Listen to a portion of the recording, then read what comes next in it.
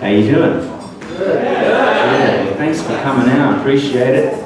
I'm told that I'm in the IE, right? That's right. That's a special place. It is. I'd love to.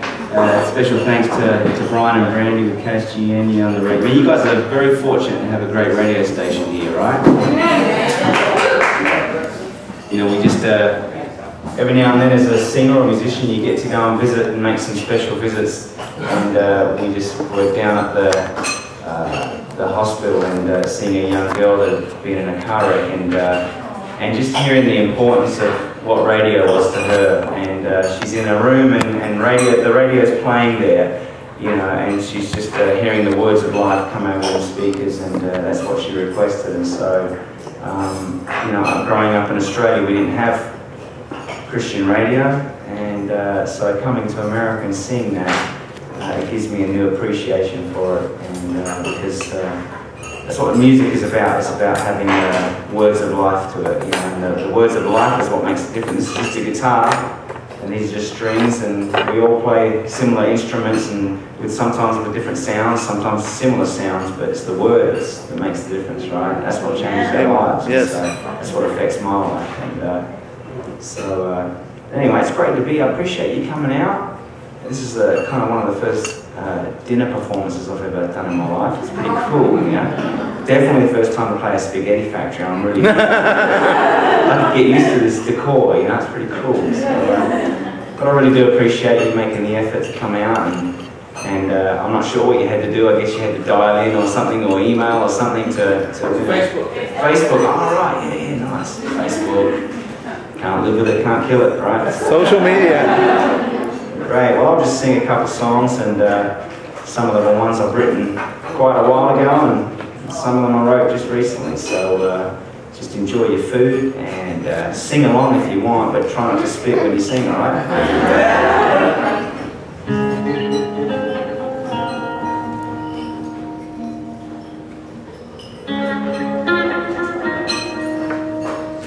You know, one of the things that's been made more real to me in the last few years, and you know, when you go and make big changes in your life, and we all have changes at different ages in our life. Sometimes it'd be going from high school to onto college, or from you know, college to some sort of workforce, and sometimes it's family members and things changing drastically in our lives, and we can sometimes be felt left alone, and that's something that happens to everybody. People can have fame and it can happen to them. People can have money and it can happen to them. People can appear like everything's going great, but inside they're hurting.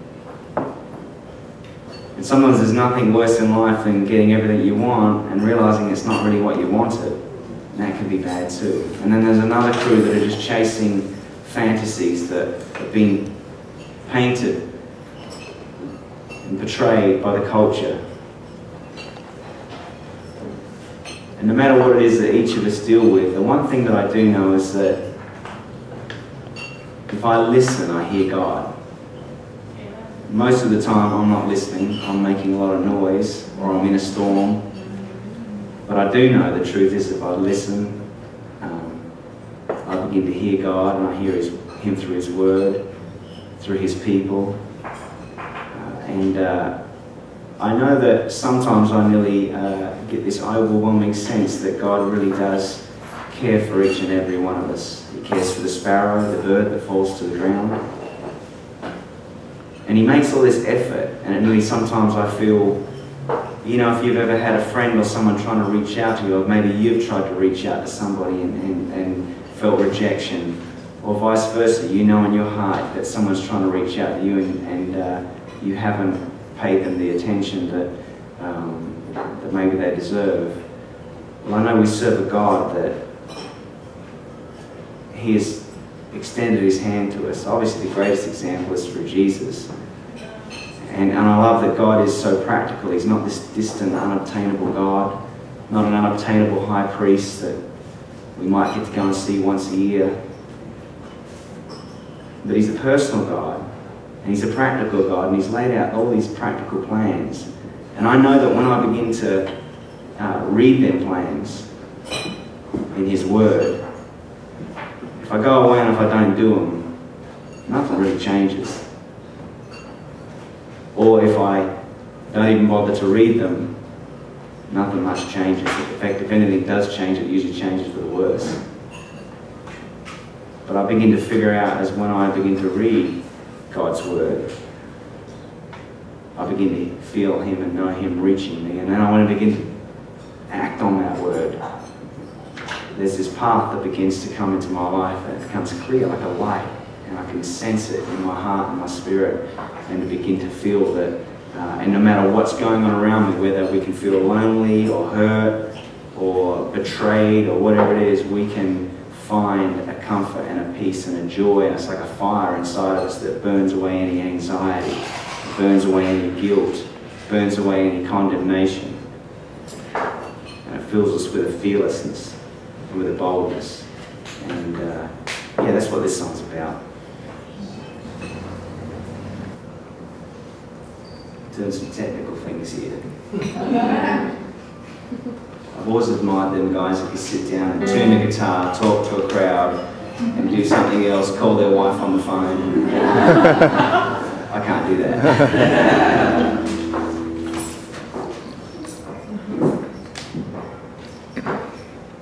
You know, in the last little while, you know, making a transition from the Newsboys to I don't know what. You know, when I made that transition, it was something that I didn't plan on making a solo record. You know, why would I leave that to come and just be by myself? It was more of just a sense of just that the time was done, and it was just as clear as that. And I wasn't burnt out or tired. I felt great, actually. I felt like we were just, you know, in my mind at the top of the game. And so sometimes it seems strange to people that you leave something like that when there's no big brawl. You know, a lot of bands have fights, and let me tell you, I could take all of them down the back of the bus and they know it too. Nah, we were, you know, great mates and still are great mates, and you know, but in my heart I just felt creatively it was time to let the ground rest. You know, as an artist and as a musician, you know, it's really important to put out good work and to do good works and to do the best that you can. And that's what I felt it was time to let that ground rest. And so there was a season there of, you know, making a transition. And it was actually kind of really a lot of fun. It was really interesting, you know, to have Mike out on the bus, and, you know, he was watching the concerts every night. It was really strange, you know. There's the guy that's going to replace me, and he's out the mix console watching the gig, and also us ushering him into our inner circle, and me being, you know, removed from it. You know, it was very cool, you know. But you know, Mike was behind the scenes for a while, and then we made the switch, and then I was riding behind the scenes, behind the curtain, watching my band play, sing my songs, and I wasn't on stage, you know, but it was all really peaceful, and that was the great thing about it. It was really great. There was it wasn't strange. I mean, it's strange, yes, it was strange, but it wasn't strange in a bad way. And for me, it was kind of like handing on, passing on something else. You know, it's like that was this thing I started when I was a teenager. And, you know, so like I said, I was behind the scenes for a while, and then it became evident that it was time for the lads to walk on their own 2 feet. You know, when you're a rock band, you've got to do your own thing. You can't have someone behind you just telling you what to do, and, you know, you've got to do it yourself. It's like having a quarterback, but he's got his mum with him on the team. It ain't going to work, you know. So it kind of left me in a place of not knowing what the future held. You know, I didn't know what I was going to do. I didn't plan that far, but it was a great thing. It wasn't you know, sometimes we have them moments in our lives where, you know, we're not sure what's happening in the future, and it can be really a lot of anxiety and a lot of worry, and oh my goodness. But I didn't have any of that. I trusted the Lord. Yeah, I really trusted the Lord. I not trusted Him with my ideas. Sometimes we can trust the Lord with our ideas. Like, I trust the Lord, He's going to give me a solo career, and it's going to be... It was nothing like that. It was like, I just trusted the Lord, like, I'm happy to be alive. I think being thankful is not in our nature all of the time, but as Christians it should be. And so I began to just be thankful. I was thankful for what He had given me in the past, and I was thankful for the future. I was thankful for my marriage. I was thankful for everything, And so my wife and I, summer, we'd been in an RV, and maybe some of you know this, we bought an RV and drove around the planet a few times, did about 110,000 miles. That's me, a crazy Aussie behind the wheel, driving this 45-foot bus, you know. On the right side of the road? In my mind, it was the right side. And if you were out and you saw a big black bus hit you, sorry about that. And you know, it was a great time for us, and it really taught us obviously a lot of things. You can imagine that, being in an RV for 18 months, and you know, playing a show with 10,000 people, and that night you're sleeping. They don't know this, but you're sleeping in the Walmart Supercenter car park. You know? and instead of staying at a nice hotel or getting in your jet and flying home, you were staying at a KOA campground or some state park, and conserving water and all these things. And I don't want to make it sound like it was a hardship, because I honestly loved every minute of it, and my wife did too. I didn't have a mile I didn't like, and it was just great. But it really began to instill in us, you know, many things of what we work for and what we try to achieve. Not just materialistically, but even ambitions and ideas that we get in our head that, if I could get that, I'd be getting ahead, or I could do this. And so it really just taught us to look at what we have, and not only what we've had to do to buy that or to pay for it, but also what we've had to do to maintain it. You know, and we begin to realize that as we begin to clear out stuff and simplify our lives, it's like we were talking about today, Brian, God began to be we were able to be led places instead of pulled places. And that's a massive thing in life. You know, we're pulled a lot in society, and we're pulled by the culture and its ideas, and our anxieties and our ideas and our expectations. But I really want to be led, you know what I mean? And I think that's and the less stuff that we have, I'm not just talking materialistic, I'm talking in our souls, you know, our mind and our emotions, the less stuff that we have in there, we're free. You know, being thankful is a freedom. You know, it's a freedom that Jesus came and died for us to have, you know, and it's part of the abundant life. And this sound has absolutely nothing to do with that.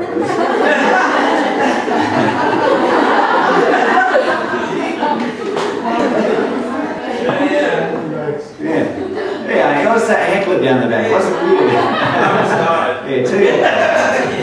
Down the back's Carrie and Tony. Tony's my manager, and Carrie is our radio girl from EMI, and she's the best. And we've had a great time this week, and we've been travelling together, the three of us. And boy, I tell you what, I've had to put up with a lot. You know?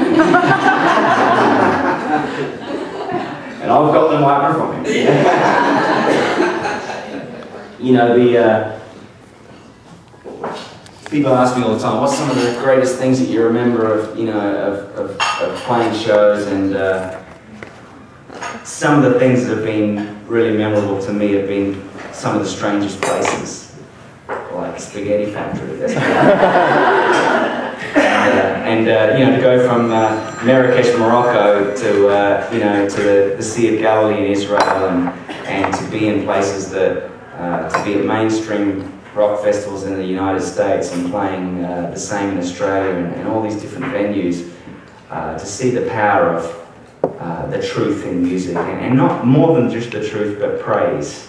You know, when there's a power in worship, and that's one thing I hope we don't lose as a culture, is we can sometimes turn worship into being something that's just a song we hear on the radio, and that all of a sudden will take it from being its purest form, and that is just people getting together, two or more, and or even sometimes when I'm by myself and just singing songs. Psalms, the Bible talks about singing psalms, hymns, and spiritual songs, and this is one of the songs I got to sing around different places, and Lord willing, I hope to get back to some of them again.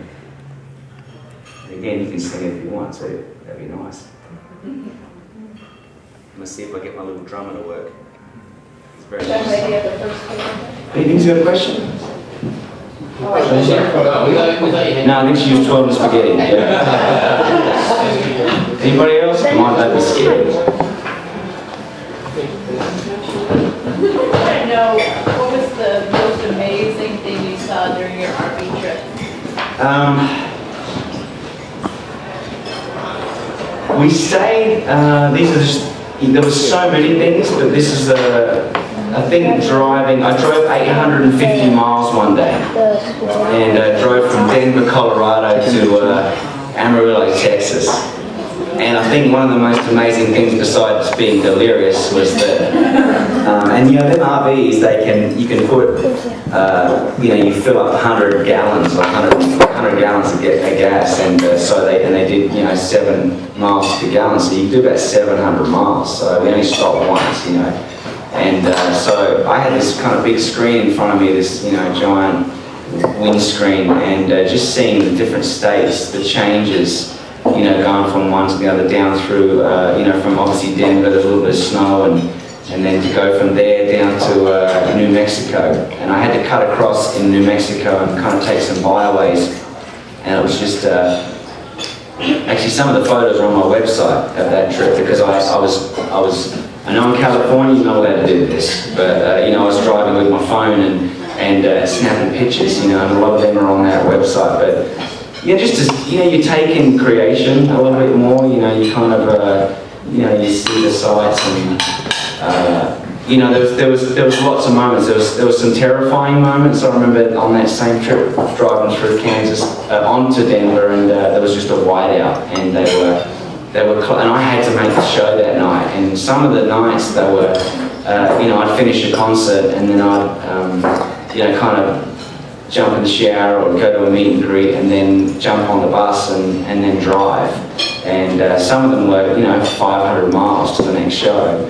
And so I kind of had to knock out 150 miles that night.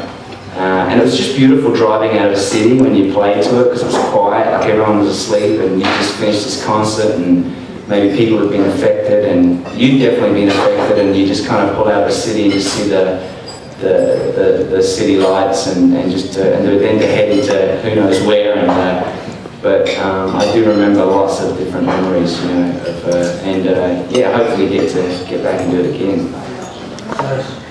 Yeah. Anybody else? Other than God's word, what inspired you? As a musician, it sounds, you know. I don't listen to a lot of music, which I know, you know, it's probably strange for a musician, you know, because musicians usually listen to a lot of music. I don't listen to a lot. The main reason is because then when I sit down, this is actually what you're hearing here. This is when I sit down and play.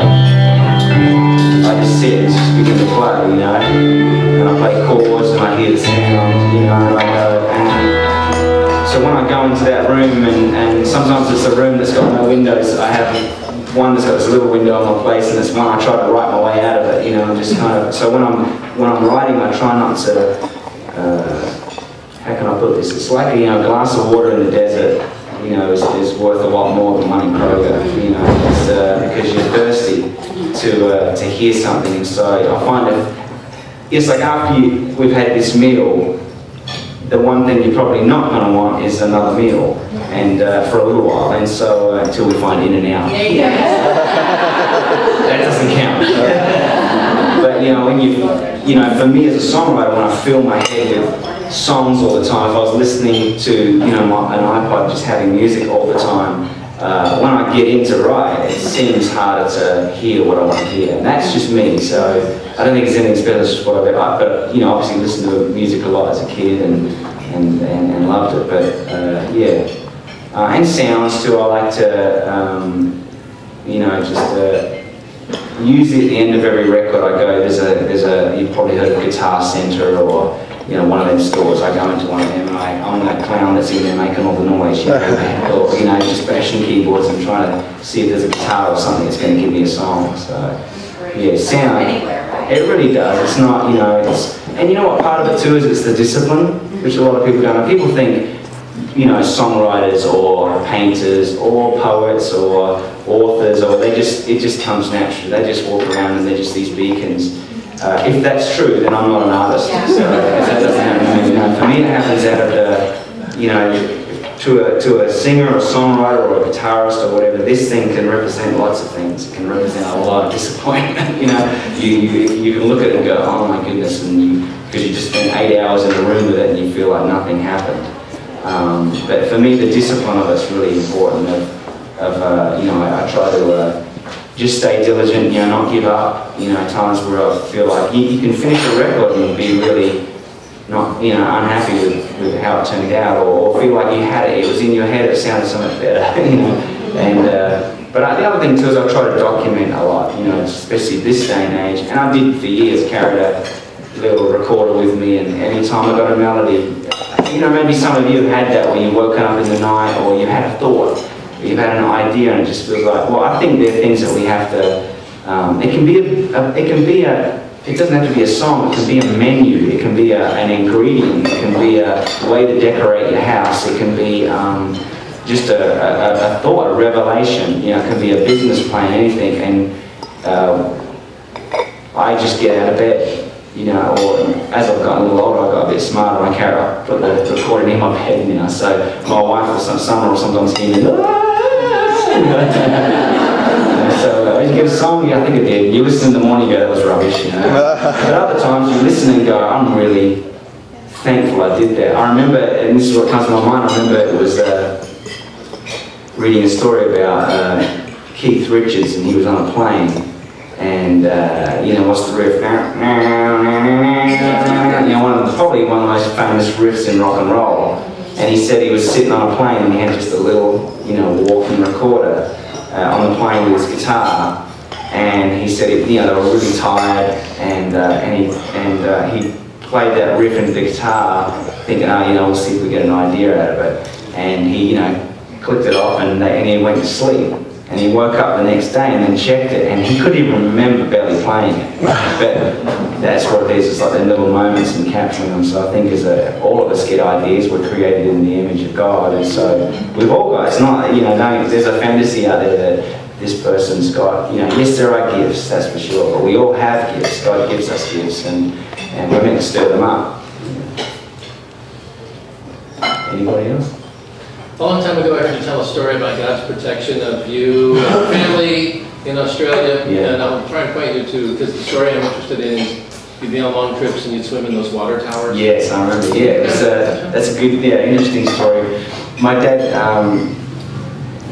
very thankful for my parents. You know, they were people that obviously led me to the Lord, and they were people that still today are fallen for the Lord. I have a little section on my Facebook page called Church on the Beach that I put up every Sunday, and it's my dad. He goes down and does these sermons on the beach, and it's great. He'll just come and he'll, you know, quote the word and just share what he's thinking, and it's been great for him because he's in his 70s now, and so, you know, he lived a very active life, still does, and he's kind of, you know, doing missions trips, and so as a kid I was dragged on a lot of their missions trips, and you know, and I remember one of them in particular was when we went up to the middle of Australia, and we were there. It was about a 6-week trip. Now, going up the middle of Australia is a little bit different than going up the middle of America, and that is because we don't, you know, you had to carry your own fuel. You had to carry gas with you. You couldn't, you know, you didn't stop at them. I had to stop at McDonald's. There wasn't any McDonald's, and there was no, you know, so you had to really plan it well, and you had to carry spare tyres with you, sometimes spare engine parts,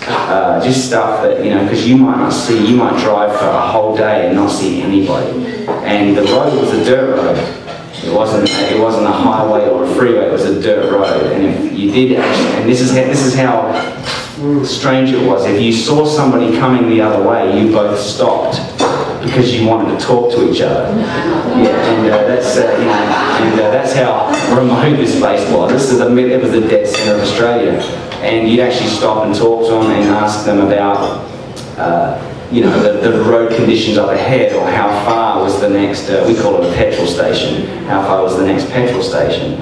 And you know, do you have a spare tyre, or, you know, that kind of stuff. And it was you know, it was very primitive kind of travelling, and we didn't stop at a hotel. We would, you know, put the car. It's so funny. There wasn't a rest stop. It's like, you imagine just a dirt road, probably about as wide, about half as wide as this room, just red dirt, and it was this corrugated. You know, have you ever seen a corrugated iron roof?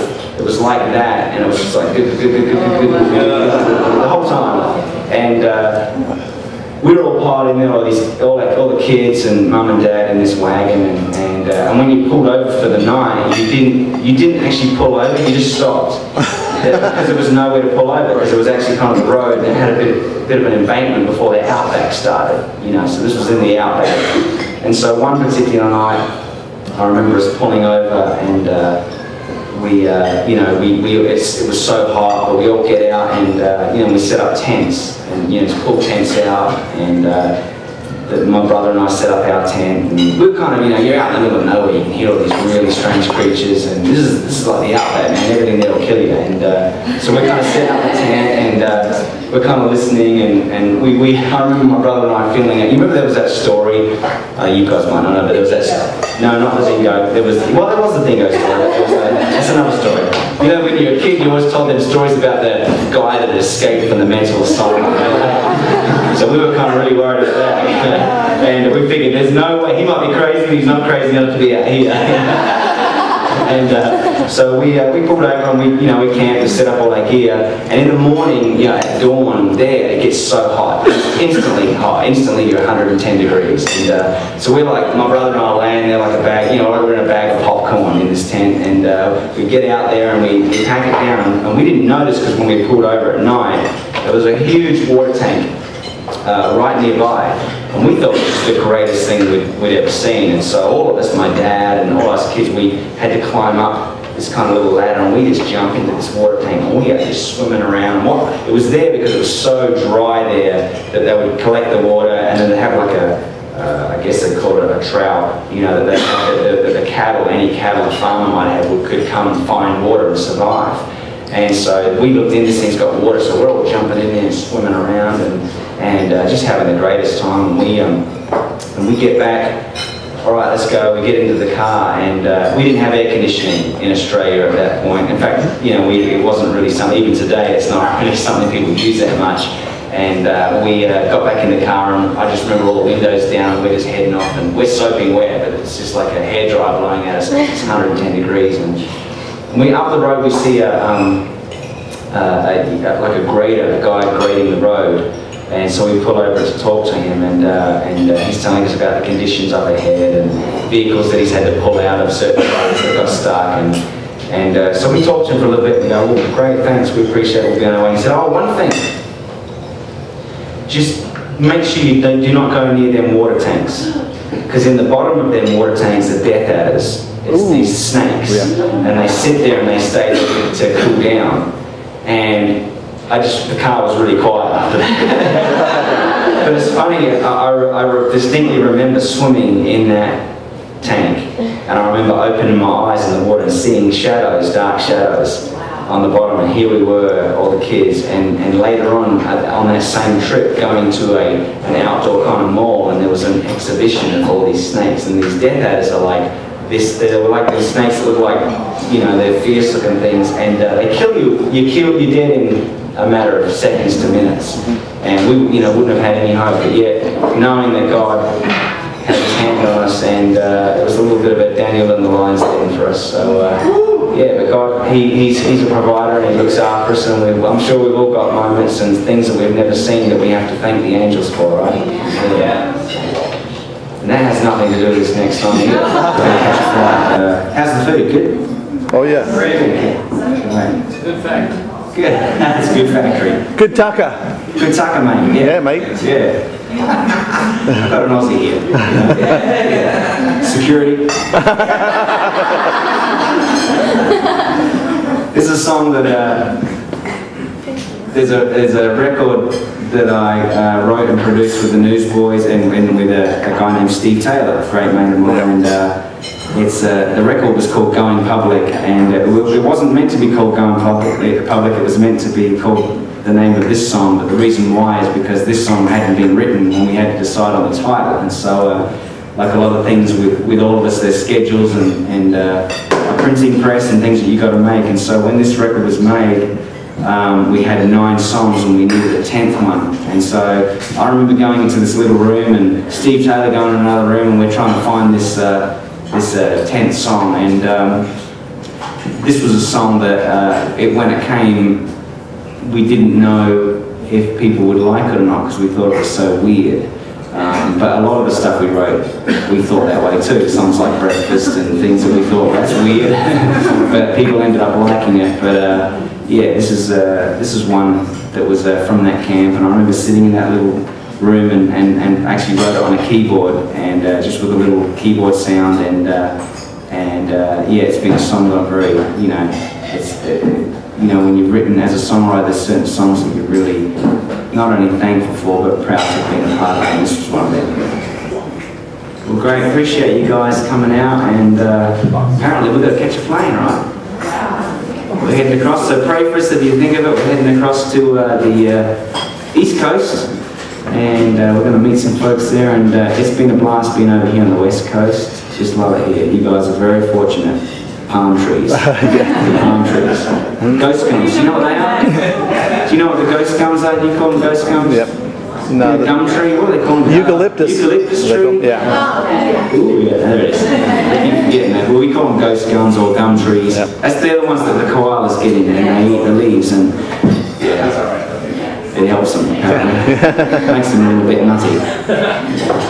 Great, appreciate it. Yeah, if anyone else didn't get a picture or anything like that, get a handshake. And, A little shout out for KSGN. yeah, KSGN, appreciate it. Love you guys.